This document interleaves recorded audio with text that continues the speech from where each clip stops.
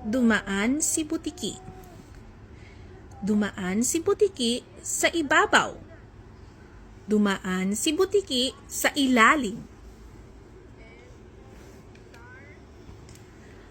Dumaan si Butiki sa kaliwa ng higaan.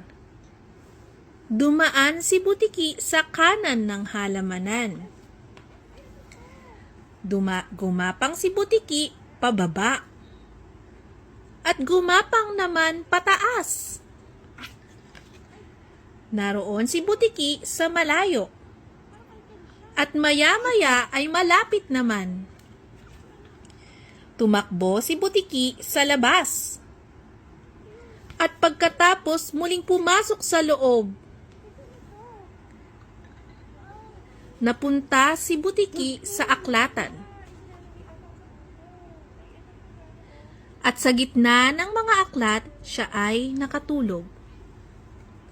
Doon sa kisame, minsan sa sahig, kung saan-saan dumaraan ang maliit na si Butiki. Tapos na!